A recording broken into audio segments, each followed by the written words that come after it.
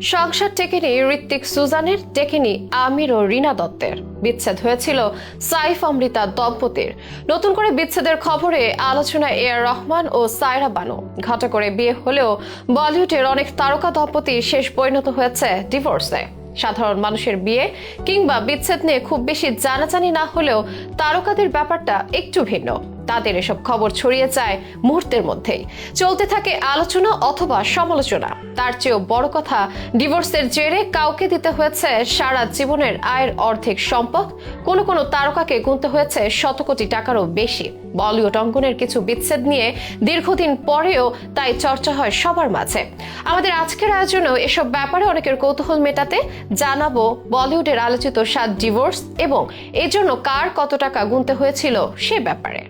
ঋত্বিক রোশন ও Suzanne খান, বলিউড তারকাদের বিচ্ছেদগুলোর মধ্যে এটি নিয়ে আলোচনা সবচেয়ে বেশি। ভালোবেসে বিয়ে করেছিলেন তারা, জমিয়ে করেছিলেন সংসারও। হঠাৎ করে কি যেন হলো, সম্পর্ক হলো ছন্দপতন। 14 বছরের সংসার ভেঙে আলাদা হয়ে গিয়েছেন বলিউড গ্রিক গড খ্যাত অভিনেতা ঋত্বিক রোশন ও সুজান খান। তাদের আছে 2 পুত্র। 2014 সালে তাদের সংসার ভাঙে। বিচ্ছেদের কারণ ঠিক জানা না গেলেও নিজের ভরণ পোষণের জন্য ঋত্বিকের কাছে 400 কোটি রুপি দাবি করেছিলেন সুজান। শেষ পর্যন্ত ঋত্বিক তাকে দিয়েছিলেন 380 কোটি রুপি, যে অঙ্কটা অনেকের চোখ কপালে তুলবে।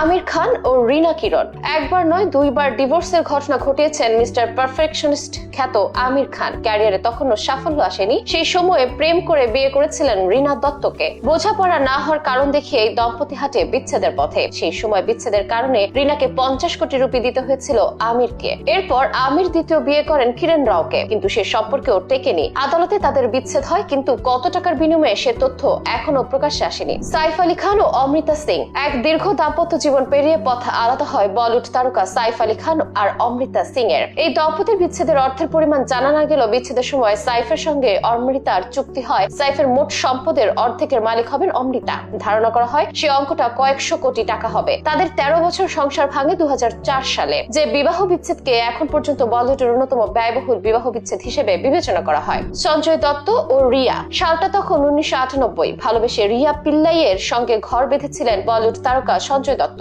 যদিও এটি ছিল সঞ্জয়ের দ্বিতীয় বিয়ে, তবে 2005 সালে রিয়া আর সঞ্জয়ের আনুষ্ঠানিক বিচ্ছেদ হয়। আনুষ্ঠানিক বিচ্ছেদ হওয়ার আগ পর্যন্ত সঞ্জয়কে তার সাবেক স্ত্রীর হাত খরচ দিতে হতো। বিচ্ছেদের পরে রিয়াকে 8 কোটি রুপি ও একটি দামি গাড়িও দিয়েছিলেন সঞ্জয়। আরবাজ খান ও মালাইকা, যে বিচ্ছেদ নিয়ে আজও কথা হয়, মন খারাপ করেন বলিউড প্রেমীরা, সেটি আরবাজ মালাইকার। বিজ্ঞাপনের শুটিং এ প্রথম দেখা হয় তাদের। সেই শুটিং থেকে তাদের বন্ধুত্ব, পরে তা প্রেমে গড়ায়। এরপর বিয়ে করেন এই দম্পতি। 1998 সালে বিয়ের পর 2017 সালে তারা পাকাপাকি বিবাহ বিচ্ছেদ করেন। 1.5 যুগ সংসারের পর বিচ্ছেদ। আরবাজকে প্রায় 15 কোটি রুপি দিতে হয় মালাইকাকে। আদিত্য চোপড়া ও পায়েল খান্না, বলিউডের প্রভাবশালী নির্মাতা আদিত্য চোপড়া প্রথম 2009 সালে বিয়ে করেছিলেন পায়েল খান্নাকে। সেই সংসার টিকেছিল মাত্র 9 বছর। বিচ্ছেদের জন্য কত টাকা দিতে হয়েছে সেটা সেই সময় জানা না গেলেও পরে শোনা গিয়েছিল। এটি ছিল বলিউডের বিলাসবহুল বিচ্ছেদের একটি। বিচ্ছেদের খরপোশ বাবদ 50 কোটি রুপি দিতে হয়েছিল এই নির্মাতাকে। সঞ্জয় ও কারিশমা, 2003 সালে অভিনেত্রী কারিশমা কাপুরের সঙ্গে বিয়ে হয় ব্যবসায়ী সঞ্জয় কাপুরের। পরে তাদের সম্পর্ক ভালো যাচ্ছিল না। 13 বছরের সংসারে তাদের বিচ্ছেদ ঘটে 2016 সালে। বিচ্ছেদের পর ভরণ পোষণের জন্য সঞ্জয়ের কাছ থেকে 7 কোটি রুপি পেয়েছিলেন কারিশমা।